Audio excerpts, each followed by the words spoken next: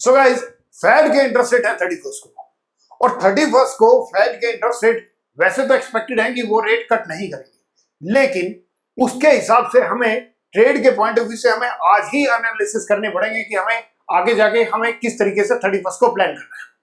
31 of July is going to be very important day from trading point of view.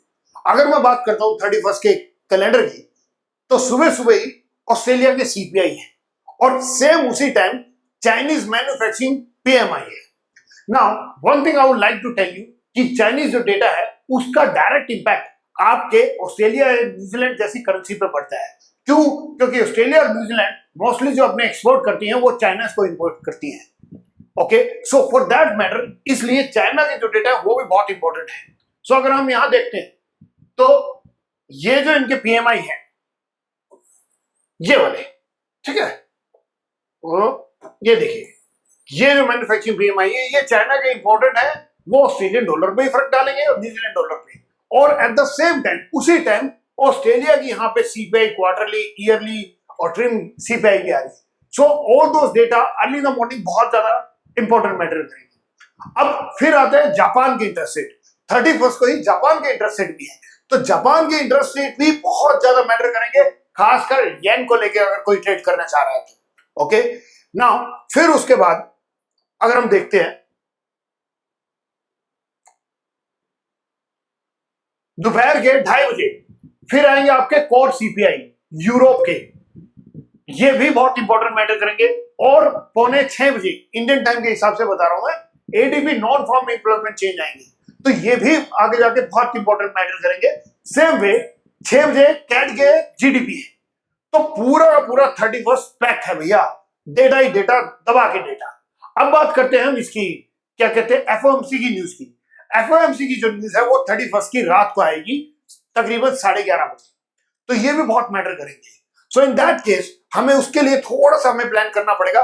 वैसे तो expected यही है कि फेड के रेट में इंटरेस्ट रेट शायद ये ना घटाए, अगर घटा दिया तो डॉलर में बहुत ज्यादा मूवमेंट आ सकती है। ओके, सेम वे यहां पे 11:30 बजे तो न्यूज है, और इनफैक्ट जो 12 बजे रात के 12 बजे यहाँ पे स्टेटमेंट है, तो नॉट जस्ट 11:30 बजे की न्यूज इंपॉर्टेंट है, बट आल्सो रात के 12 बजे की न्यूज भी उतनी ही इंपॉर्टेंट है, क्योंकि उस स्टेटमेंट में या उस कॉन्फ्रेंस में कुछ ना कुछ अगर किसी ने, मिस्टर पाउल साहब ने कुछ ऐसा उसा बोल दिया, उससे भी मार्केट में काफी ज्यादा मूवमेंट आ सकती है।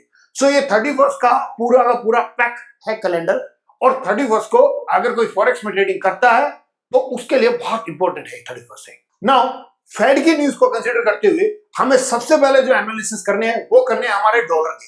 सो गाइस, हम जाते हैं सीधा डॉलर इंडेक्स पे, वहां पे जाके देखते हैं कि डॉलर इंडेक्स हमें आज की डेट में फिलहाल क्या कह रहा है। अगर कोई फॉरेक्स में ट्रेडिंग करता है तो उसके लिए सबसे ज्यादा जरूरी है कि भैया डॉलर के एनालिसिस कर ले। ये डॉलर का इंडेक्स है, जैसे हमारे निफ्टी होता है, बैंक निफ्टी होता है या सेंसेक्स होता है, इसी वे ऐसे ही ये डॉलर का इंडेक्स है। हालांकि इसमें जो सबसे ज्यादा वेटेज है वो यूरो का है, लेकिन बाकी करेंसियों के भी थोड़ा 10-12% वेटेज है।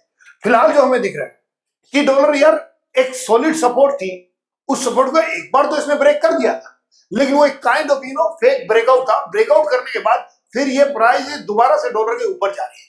सो अगर आप बाय साइड की अगर बात करेंगे डॉलर की, तो कहीं ना कहीं आपको लगेगा कि यार कहीं ना कहीं हमारे हाथ से पोजीशन चलेगी, लेकिन जो सेलर है वो जरूर कंसीडर कर सकते हैं किस चीज को, जो कि ये जो इसका पहले सपोर्ट थी जिसको ये तोड़ दिया है, सेम वे यहां पे आपकी मूविंग एवरेज भी क्रॉस करने वाली है, तो ये एक लेवल है जिसको 105 के आसपास one can consider it. Okay, now यहां पे अगर रेजिस्टेंस मानता है तो वी कैन एक्सपेक्ट कि प्राइसेस थोड़ा नीचे आ सकता है, इनफैक्ट इस वाली सपोर्ट तक आ सकता है। और अगर ये कल को उन्होंने ऐसा कुछ बोल दिया फेड के भैया नहीं अभी भी हम इंटरेस्ट रेट नहीं घटाएंगे, तो ऐसे केस में डॉलर फट के ऊपर की तरफ भी जा सकता है। सो ये बड़ा वॉच आउट करने वाला रहेगा। अगर कोई मुझसे पूछेगा तो भैया मैं आपको सच्चाई बताऊं, मैं थोड़ा सा कंफ्यूज हूं फिलहाल डॉलर को लेके। ओके, क्योंकि मेरे ओपिनियन था कि डॉलर इस सपोर्ट को तोड़ गया है, it can continue go down, लेकिन मुझे यहाँ पे इसने चकमा दिया है, तो फिर भी मैं हल्का सा डाउन साइड की तरफ बायस्ड हूं। अब बिकॉज मैं डाउन साइड की बायस्ड हूं तो मैं डाउन साइड की तरफ थोड़ा सोच सकता हूं रादर देन की अप साइड की तरफ। ओके, नाउ ये तो रहा हमारा डॉलर का चार्ट। अब हम बात करते हैं इसकी जो दूसरी मेजर करेंसी है उनकी भी थोड़े से हम एनालिसिस करते हैं। ओके, फर्स्ट ऑफ ऑल हम करेंगे यूरो यूएसडी की, यूरो यूएसडी, जीबी यूएसडी, और साथ ही साथ हम यूएसडी येन को भी देखेंगे, यूएसडी जेपीवाई को भी देखेंगे। क्यों? क्योंकि जापान के भी इंटरेस्ट रेट के डिसीजन 31 को ही है। सो गाइस लेट्स सी ना गाइस, यूरो का हम डेली का चार्ट देख लेंगे और डेली का बड़ा सिंपल सा चार्ट इसमें हमें नजर आ रहा है। ये देखेंगे तो ऊपर से ये रेजिस्टेंस है जिसको ये मान के नीचे आ रहा है, और नीचे की सपोर्ट है जिसको ये मान के ऊपर जा रहा है। सो अगर मैं डेली टाइम फ्रेम की बात करूं तो डेली टाइम फ्रेम में मुझे ये नीचे आता हुआ नजर जा रहा है, वो अप्रोक्सीमेटली 1070 के आसपास तक।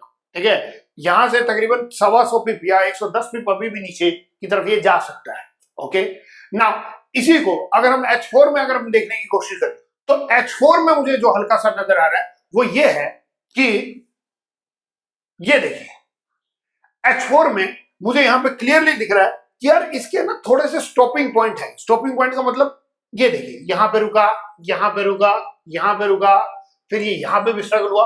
तो हो सकता है कि शायद ये यहां पे रुक जाए, पता नहीं है रुकेगा नहीं रुकेगा, लेकिन डेली चार्ट में हमें दिख रहा है कि भैया यहां तक जाएगा, लेकिन ये इसके स्टॉपिंग पॉइंट है। अगर इन स्टॉपिंग पॉइंट को या फिर इसे रेंज कह लो आप, अगर इनको ये तोड़ के जाता है तो then definitely it can reach to this level. Okay, और यहां पे अगर इसने इन्हीं लेवलों की इज्जत दे दी तो again it can actually move to the upside as well. So ये बड़े वॉच आउट करने वाले रहेंगे। दैट्स अप्रोक्सीमेटली ये आपका 1.080 के आसपास के लेवल है अप्रोक्सीमेटली, तो ये कंसीडर करने बहुत जरूरी है यूरो की। अब हम बात करते हैं जीपीयूएसडी की। सो गाइस जीपीयूएसडी को अगर हम देखते हैं तो जीपीयूएसडी में यहां पे हमें क्लियरली दिख रहा है कि भैया ये H4 कह लो या डेली कह लो, ये बढ़िया सपोर्ट आने वाली है। और इसी सपोर्ट के आसपास जीबी ने पहले भी रेजिस्टेंस माना था। अगर आप यहां देखते हैं, ये दिसंबर जनवरी की बात है 2023 की, तो यहां पे इसने बार बार इस चीज का रेजिस्टेंस माना था। सो कंसीडरिंग द फैक्ट कि इसने पहले भी रेजिस्टेंस माना है, ये मैंने हॉरिजॉन्टल लाइन लगाई है यहाँ पे, और ये आपकी ये सपोर्ट भी आ रही है। सो इस सपोर्ट को कंसीडर करते हुए और इस बेसिकली रेजिस्टेंस को कंसीडर करते हुए, तो इन अ वे यहाँ पे दो तरीके की सपोर्टें हो सकती है। सो अगर कोई मुझसे पूछेगा कि यार if you actually want to trade in what you called major currency में ट्रेड करना है और डॉलर के खिलाफ ट्रेड करना है, तो this is the trade one can actually look for. ठीक है, यहाँ पे क्या रहेगा, यहाँ पे जो लेवल है वो बिल्कुल आपके डिफाइन है, और स्टॉप लॉस भी यहाँ पे इजीली डिफाइन हो सकता है।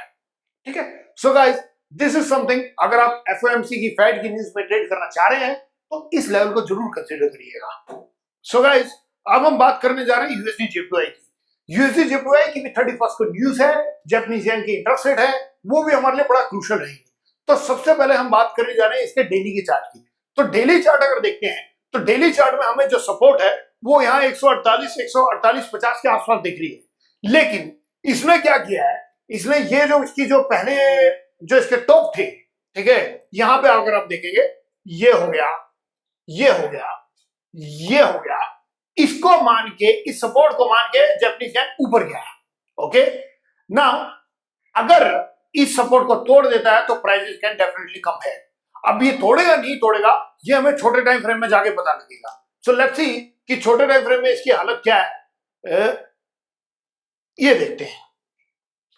तो छोटे टाइम फ्रेम में अगर हम बात करें तो छोटे टाइम फ्रेम में ये एक रेजिस्टेंस के पास है। यहां देखिए, ये देखिए, ये एक रेजिस्टेंस के पास है। ये जो व्हाइट लाइन आप देख रहे हैं ना, ये एक रेजिस्टेंस है इसका।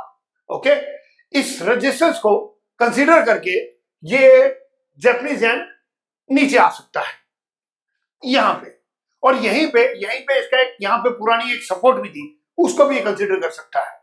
तो अगर हम ये कंसीडर करके चले कि डॉलर कैन एक्चुअली वीक, तो उस केस में ना यूएसडी जेपीवाई भी एक अच्छा पेयर हो सकता है। और अगर स्ट्रॉन्ग की बात करें, ये जिस टाइम भी इसने बेसिकली इस रेजिस्टेंस को थोड़ा छोटे टाइम फ्रेम के, तो ये बेसिकली फर्दर ऊपर जा सकता है। और क्लैरिटी के लिए हम इसको H1 में देखने की कोशिश करते हैं। तो H1 में यहां देखिएगा, ये देखिए, ये मैं इस रेजिस्टेंस की बात कर रहा हूं H1 में। तो ये रेजिस्टेंस बड़ा वॉच आउट करने वाला होगा। या तो ये क्या करेगा, सुबह सुबह इसको भैया तोड़ देगा जब इसकी इंटरेस्ट रेट के डिसीजन है, और अगर ये इसको नहीं तोड़ पाया, सो वी कैन एक्सपेक्ट कि ये सपोर्ट तोड़ते हुए जो कि अप्रोक्सीमेटली 1.5182 के आसपास आ रही है, it can actually come down. अगर हम क्रॉस करेंसी पेयरों की बात करें तो क्रॉस करेंसी पेयरों में मुझे 3 जो चार्ट है वो बड़े अच्छे लग रहे हैं। सबसे पहला आता है यूरोडी। यूरोडी को अगर हम देखते हैं तो यूरोडी एक बढ़िया रेजिस्टेंस से नीचे आ रहा है और ये फर्दर भी नीचे आ सकता है। तो एक तो आप यूरोडी को कंसीडर कर सकते हैं। दूसरा जो चार्ट मुझे समझ में आ रहा है वो आ रहा है आपका जीबीसीएचएफ। तो अगर हम जीबीसीएचएफ की देखते हैं तो जीबीसीएचएफ भी एक सपोर्ट के आसपास आ सकता है, तो one can consider that as well. और तीसरा जो पेन मुझे समझ में आ रहा है वो हालांकि हल्का सा नीचे चला गया और वो है हमारा न्यूजीलैंड कैट। तो न्यूजीलैंड कैट को भी हम कंसीडर कर सकते हैं कि न्यूजीलैंड कैट भी एक क्रूशल सपोर्टर के आसपास है। और वैसे तो ये हल्का फुल्का तोड़ रहा है, लेकिन जब तक ये नया लो नहीं मारता वी कैन नॉट से कि इसने ट्रेंड चेंज कर दिया। तो ये जो 3 पेयर है, न्यूजीलैंड कैट, जीबीसीएचएफ और आपका सो कॉल्ड यूरोडी, ये आप वॉच आउट करना कि इस वीक में कैसा बिहेव करके। सो गाइस, ये हमारे फेड के इंटरेस्ट रेट को लेके एनालिसिस थे, जिसमें हमने डॉलर को कवर किया, हमने 3 मेजर करेंसी को कवर किया और साथ साथ 3 क्रॉस करेंसी के चार्ट जिसको हम कंसीडर कर सकते हैं। So guys, if you going to trade on Fed तो ये इन सब चार्टों को जरूर कंसीडर करिएगा। एनालिसिस में हमने 3 मेजर चार्टों को कवर किया है, डॉलर को कवर किया है और साथ साथ 3 क्रॉस करेंसी के चार्टों को पॉइंट आउट किया कि जहां पे आगे आपके सपोर्ट या रेजिस्टेंस है। सो गाइस, अगर आपको ये वीडियो अच्छी लगी है तो प्लीज इसे लाइक कर दीजिएगा और जो आपके आसपास वाले हैं उनके साथ शेयर भी कर दीजिएगा और हाँ, सब्सक्राइब तो जरूर कर दीजिएगा। Thank you so much.